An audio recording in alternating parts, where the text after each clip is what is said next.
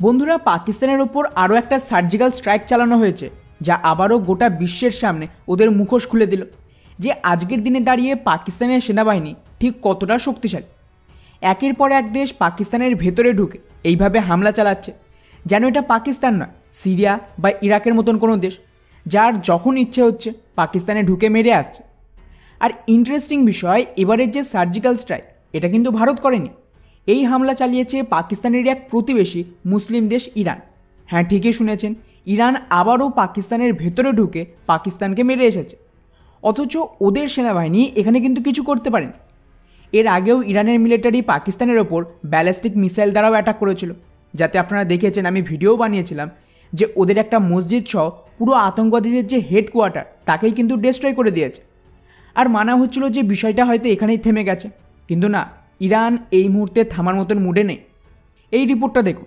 গত পরশু ইরানের স্পেশাল ফোর্সের কমান্ডোরা পাকিস্তানের সীমান্ত পেরিয়ে ওদের দেশে ঢোকে। এরপর ওখানে নিজেদের অপারেশন চালিয়ে আবার সুরক্ষিতভাবে ফিরে গেছে।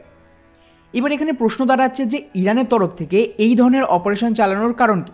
তো এই রিপোর্টটা দেখুন, যার মতে ইরান দাবি করছে যে ওরা পাকিস্তানের সেনাবাহিনীকে টার্গেট করেন, বরং এখানে যে সমস্ত আতঙ্কবাদী গোষ্ঠী রয়েছে তাদেরকে মারতেই ইরান এই অপারেশন চালিয়েছে। ইরানের মেন সরকারি মিডিয়া তেহরান টাইমস যেটুকু ইনফরমেশন পাবলিক করেছে, তার মতে এই অপারেশনে কুখ্যাত আতঙ্কবাদী গোষ্ঠী জয়শ আল আদিল, যারা বালুচিস্তান থেকে ইরানের বিরুদ্ধে অপারেট করে, তো এদের যে মেন কমান্ডার তাকেই কিন্তু ইরান মেরে এসেছে। প্রসঙ্গত বলে রাখি যে 2 মাস আগে ইরান যে ব্যালিস্টিক মিসাইল অ্যাটাক করেছিল, সেখানেও এই আতঙ্কবাদী সংগঠনকেই টার্গেট করেছিল এবং এদের যে হেডকোয়ার্টার তাতে ইরান অ্যাটাক করে। ওই হামলার দরুন ঠিক কতজন মারা গিয়েছিল সেটা তো জানা যায়নি। আর এবারেও ইরান কেবলমাত্র কমান্ডারকে মারার কথাই বলেছে, এর সাথে ঠিক কতজন অতিরিক্ত মরেছে তারও কোনো ইনফরমেশান নেই। আর পাকিস্তান তো এগুলো বলবেন। যদিও পাকিস্তান কিন্তু প্রতিবারের মতন এবারেও এটাকে মানতে অস্বীকার করেছে। ওদের মিডিয়া ডনের রিপোর্ট দেখুন, এটা আজ সকালেরই রিপোর্ট। ওরা বলছে যে না, পাকিস্তানের অফিসিয়াল মানে ওদের যে আর্মি বা ওদের সরকার যাই বলুন, তারা কিন্তু ইরানের যে ক্লেম তাকে সম্পূর্ণ রিজেক্ট করে দিয়েছে, যে না, এমন কোনো অপারেশন ওরা পাকিস্তানের ভেতরে করতে পারেন। এখানে ইরানের যে গভর্নমেন্ট বা ওদের যে মিডিয়া তারা সম্পূর্ণ মিথ্যা বলছে।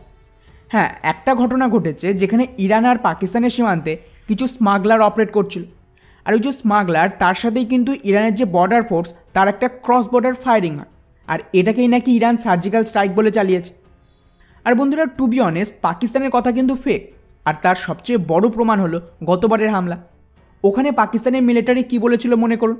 ওরা বলেছিল এই ধরনের কোনো মিসাইল অ্যাটাক পাকিস্তানের ভেতরে হয়নি, ওদের এয়ার ডিফেন্স সিস্টেম রেডি রয়েছে, যদি পাকিস্তানের ওপর কোনো ধরনের অ্যাটাক হয় তার জবাব ওরা দেব।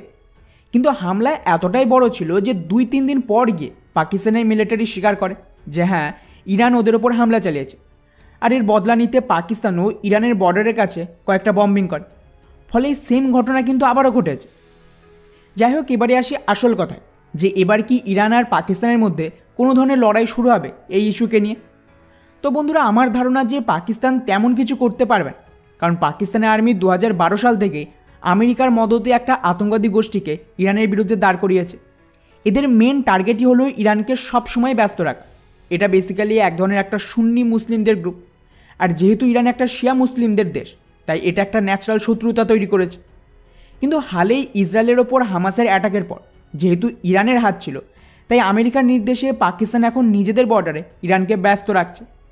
আর এটাকে কিন্তু ইরান খুব একটা ভালোভাবে নিচ্ছে না। ইরানের দাবি যে পাকিস্তান আমেরিকার সাথে হাত মিলিয়ে ইরানকে ব্যস্ত রাখার চেষ্টা করছে, যাতে ওদিকে ইসরায়েল নিজের অপারেশন চালিয়ে যেতে পারে। আর অলরেডি ইরান পাকিস্তানকে বহুবার এই বিষয়ে হুমকি দিয়েছে, কিন্তু না, পাকিস্তান ইরানের কথা শুনছে না। তাই এক প্রকার বাধ্য হয়েই ইরান প্রথমে ওদের ওপর ব্যালিস্টিক মিসাইল অ্যাটাক করে, আর তারপর এখন পাকিস্তানের ভেতরে ঢুকে ওদের সেনা সার্জিক্যাল স্ট্রাইক করে চলে গেল। এখন দেখা যাক যে এর বিরুদ্ধে পাকিস্তানের আর্মি কোনো ধরনের কাউন্টার জবাব দেয় কিনা। যদি পাকিস্তানের তরফ থেকে কোনো ধরনের কাউন্টার অ্যাটাক করা হয়, তার উপরে আমি ডেফিনেটলি ভিডিও বানাবো। তাই অবশ্যই চ্যানেলটিকে সাবস্ক্রাইব করে রাখবেন এই আপডেটটা পাওয়ার জন্য। বাকি পুরো বিষয়টিকে নিয়ে আপনাদের কি মনে হয় নিচে অবশ্যই কমেন্ট করে জানাবেন। জয় হিন্দ।